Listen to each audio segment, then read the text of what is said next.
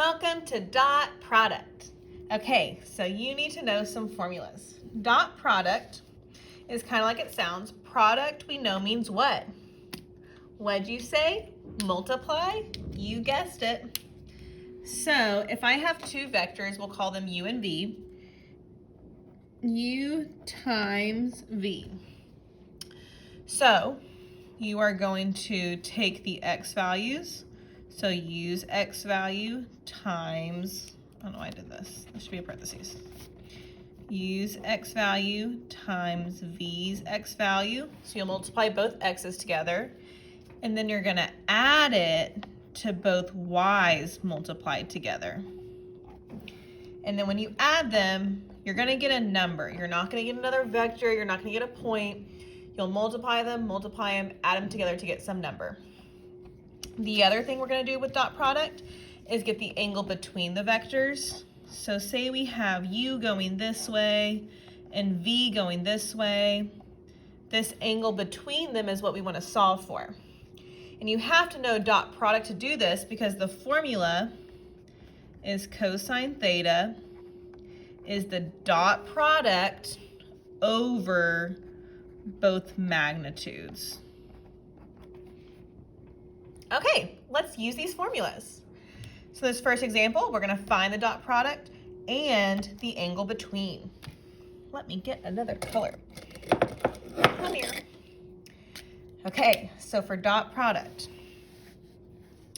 u dot v. So we're going to multiply the x's. So -1 times 2 plus 4 times 5. That's -2 plus 20. So the dot product is 18. Get it? Yeah. Okay, let's find the angle between. So I need to know these three things. We know that u dot v is 18. Let's figure out the magnitude of u.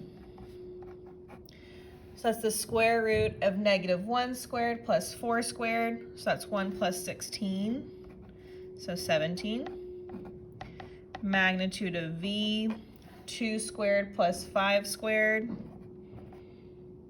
29. And now we'll put these into the formula. So cosine theta, 18 over, both of these multiplied, so square root of 17 times the square root of 29. So we can type this in our calculator. 18 divided by square root of 17. Make sure you arrow over to get out of the square root before you press times. Square root of 29. And I get this really small number. We get that really small number because we haven't solved for theta yet. To get theta by itself, bring cosine to the other side to become cosine inverse of whatever you got there. So we're going to do the cosine inverse of that answer. So cosine inverse of the answer is 35.8, we'll say. And don't forget, you're finding an angle, so make sure you put degrees. And that's how you do it. Okay, example 2 is the same thing, but it's just in linear combination form. So let's just change it to, component. So I'm going to change it to 5, -1, and -3, -7. So y'all take a second and try that one just like we did in example 1. So pause the video, give it a try, and then push play to check your answer. So everybody pause. Okay, welcome back. Let's check our answer. U dot v, you should have gotten -15 plus 7 is -8. X times x, y times y.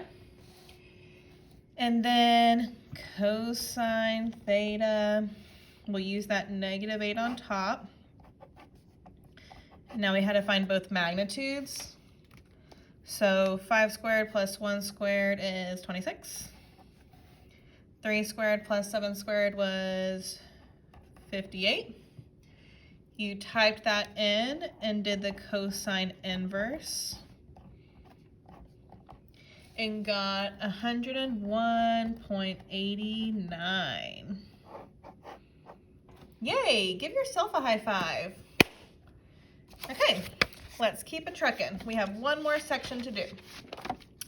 So this, we're looking at whether the vectors are parallel, perpendicular, or neither. However, when we discuss vectors, we don't say perpendicular anymore, we say orthogonal. Tell your neighbor, orthogonal. Yeah. So the vectors are perpendicular, they're orthogonal if the angle between them. Well, we know what perpendicular is. That's when there's a 90-degree angle. Vectors are orthogonal if their dot product is 0. So that's how we'll check it. Now, parallel is when you get from one vector to the next by some constant k. This will be like our scale factor. So say to get from x to x was times 2. If you get from y to y, and that's times 2 as well, then you know the vectors are parallel. I'll show you an example. Don't worry. So in this section, we're going to decide parallel, orthogonal, or neither. So first, I'm going to check parallel. So to get from 2 to -2, that's times -1. Is 4 times -1 10? No, so it's not parallel. So let's check orthogonal. So I'm going to do the dot product and see if it's 0. So 2 times -2 is -4. 4 times 10 is 40. That is not going to equal 0. So my answer is neither.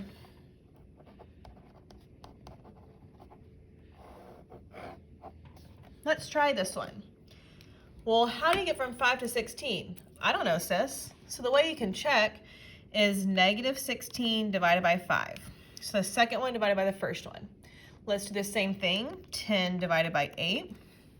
And these two fractions have to be the same. Hi, they're not, so it's not parallel. Let's check the dot product.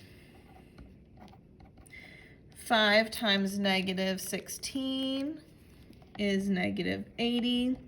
8 times 10 is 80. Oh my gosh, -80 plus 80 is 0. So that means it's orthogonal.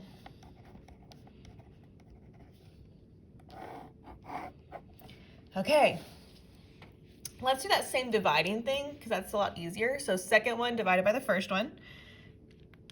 1 divided by -5. -3 divided by 15. Oh my gosh, these fractions are the same.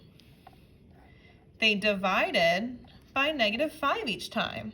So that means since they use the same scale factor, it's parallel. Woohoo! Okay, this time I'm going to give you two vectors, but I'm going to leave a number off. And I want us to figure out what does k need to be to make it parallel or orthogonal. So let's start with parallel. So parallel means they have to have the same scale factor. So I'm going to do that division thing. So 4 divided by 2 has to equal k divided by 9. Well, how are we going to solve for k? You cross multiply, you say? Alrighty. 4 times 9 is 32, is 2k. 32 divided by 2, ew, 16 says. Wait, this is 36. Who let me have this pen? And then 36 divided by 2 is 18. And a lot of y'all could have figured that out without doing the cross multiplying. 2 times 2 is 4, so 9 times 2 is 18. Let's do orthogonal now. So I have to make the dot product 0. So 2 times 4 is 8. 9 times k is 9k, and I want it to equal 0. So let's just do some algebra, solve for k. So I'm going to subtract the 8, divide by 9. I can't simplify that, so that would be my answer. Woohoo! Let's do the same thing here. So I'm going to start. I can't really tell what I'm multiplying by, so I'm going to do that cross multiplying. So root 3 over k and 3 over 5. So when I cross multiply, that's 5 root 3 equals 3k. And now I'm going to divide by 3.